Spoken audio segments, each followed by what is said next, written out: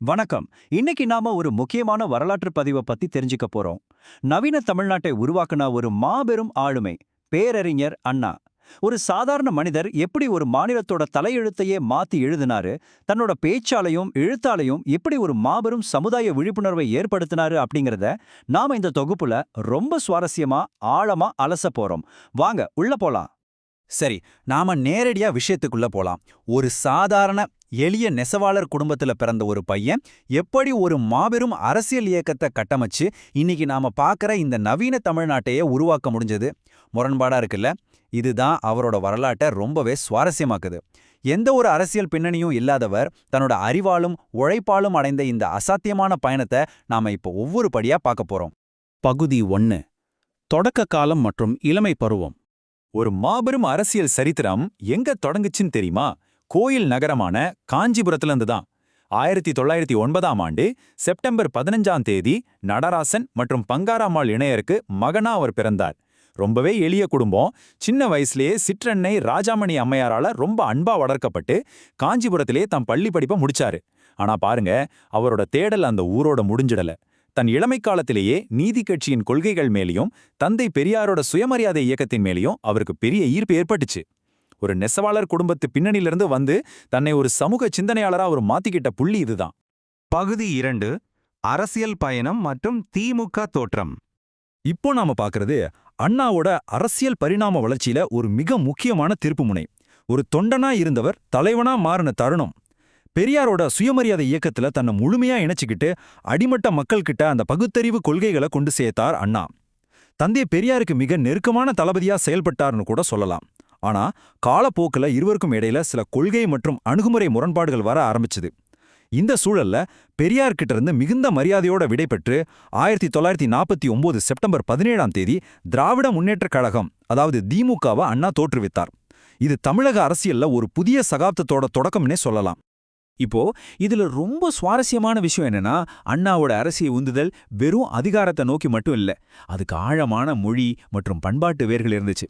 குறிப்பா தனித்தமிழ் இயக்கத்தை தோற்றுவித்த மறைமலையடிகள், அப்புறம் புரட்சி கவிஞர் பாரதிதாசன், இவங்களோட கொள்கைகளால அவர் ரொம்பவே ஈர்க்கப்பட்டார். இதோட விளைவாதான் தமிழ் மொழிக்கும் இன உரிமைக்காகவும் அவர் எந்த சமரசமும் இல்லாம மிக தீவிரமா களத்துல இறங்கி போராடினார். பகுதி 3. எழுத்தாற்றல் மற்றும் மேடை பேச்சு திறன். ஒரு மாபெரும் மக்கள் இயக்கத்தை உருவாக்க வெறும் கொள்கைகள் மட்டும் பத்தாது இல்லையா? அத மக்கள்கிட்ட கொண்டு சேர்க்க கவர்ச்சிகரமான கருவிகள் வேணும். அண்ணாவோட அந்த 2 வலிமையான ஆயுதங்கள், அவரோட காந்த குரல், அப்புறம் கூர்மையான எழுதுகோள். அண்ணா உண்மையிலேயே ஒரு ஈடு இணையற்ற மேடை பேச்சாளர். அவரோட அடுக்குமொழி பேச்சுக்காகவே அன்னைக்கு ஒரு பெரிய ரசிகர் பட்டாளமே இருந்துச்சு. எதுகை மோனையோட அவர் பேசுற அந்த தாளனயம் சாதாரண மக்களோட மனசை அப்படியே கட்டி போட்டுடும். மக்கள் மணிக்கணக்கா உட்கார்ந்து அமைதியா அவர் பேச்ச கேட்பாங்க. அந்த பேச்சாற்றல் தான் பல்லாயிரக்கணக்கான மக்களை ஒன்னு சேர்த்து தமிழகத்துல ஒரு மாபெரும் அரசியல் விழிப்புணர்வுக்கு வித்திட்டது. வெறும் மேடைகளோட அவரை நிறுத்திக்கல. திராவிட நாடு, ஹோம் ரூல், நம் நாடு, காஞ்சி, இப்படி பல இதழ்களை தொடங்கி தன் கருத்துக்களை தொடர்ச்சியா எழுத்து வடிவிலும் கொண்டு போனார். அது மட்டும் இல்லாம கலைய வெறும் பொழுதுபோக்கா மட்டும் பார்க்காம நாடகங்கள், திரைப்படங்கள் மூலமா தன்னோட அரசியல் மற்றும் சமூக கருத்துக்களை ரொம்ப திட்டமிட்டு பரப்பினார்.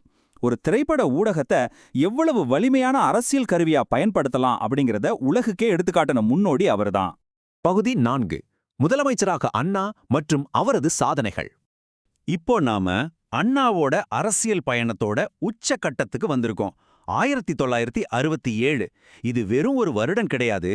தமிழக அரசியல் வரலாற்றையே புரட்டி போட்ட ஒரு மைல்கல். பல வருஷ உழைப்பும் போராட்டங்களும் ஒரு மாபெரும் அரசியல் அதிகார மாற்றத்துக்கு வழிவகுத்த வரலாற்று சிறப்புமிக்க தருணம் இது. இந்த வருஷம் நடந்த சட்டமன்ற தேர்தல்ல மாபெரும் வெற்றி பெற்று மாநிலத்தின் முதலமைச்சரா அண்ணா பொறுப்பேற்றார். மக்களுக்காக உழைச்சு அவர் போட்ட விதைகளை அறுவடை செய்ய வேண்டிய நேரம் வந்துருச்சு.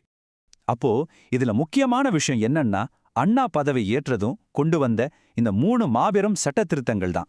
முதலாவது இருமொழி கொள்கை. பள்ளிகள்ல தமிழ் மற்றும் ஆங்கிலம் ஆகிய இருமொழிகள் மட்டுமே கற்பிக்கப்படணுங்கிற உறுதியான நிலைப்பாட்டை சட்டமாக்கினார். 2வது மாநில அடையாளம்.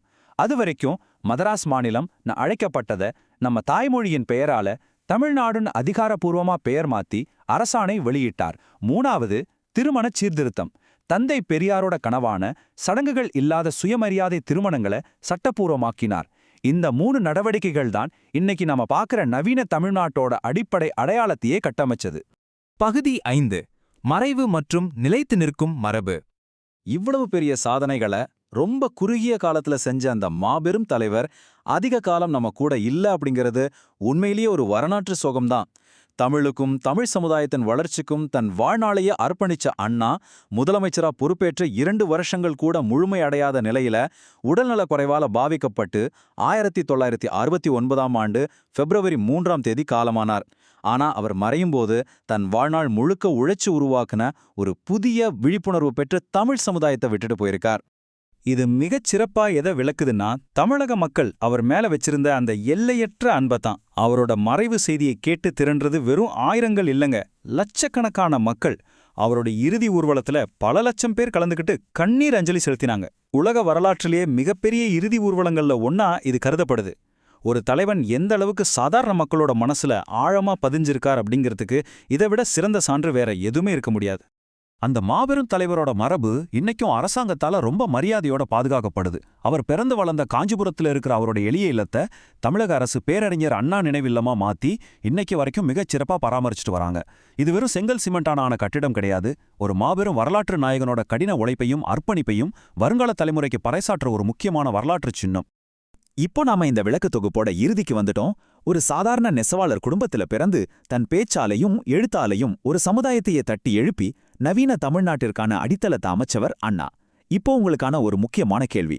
அண்ணா அன்னைக்கு தொலைநோக்கு பார்வையோட வகுத்து கொடுத்த அந்த அடிப்படை சட்டங்களும் இருமொழிக் கொள்கை மாதிரியான துணிச்சலான முடிவுகளும் இன்றைய நவீன தமிழ்நாட்டோட தனித்துவமான அரசியல் மற்றும் பண்பாட்டு அடையாளத்துல எந்த அளவுக்கு இன்னைக்கும் ஆழமா எதிரொலிச்சுக்கிட்டு இருக்கு கொஞ்சம் சிந்திச்சு பாருங்க. வரலாற்றின் இந்த பக்கங்களை அலசினது உங்களுக்கு ரொம்பவே பயனுள்ளதா இருந்திருக்கும்னு நம்புறேன். உங்களோட நேரத்துக்கு ரொம்ப நன்றி.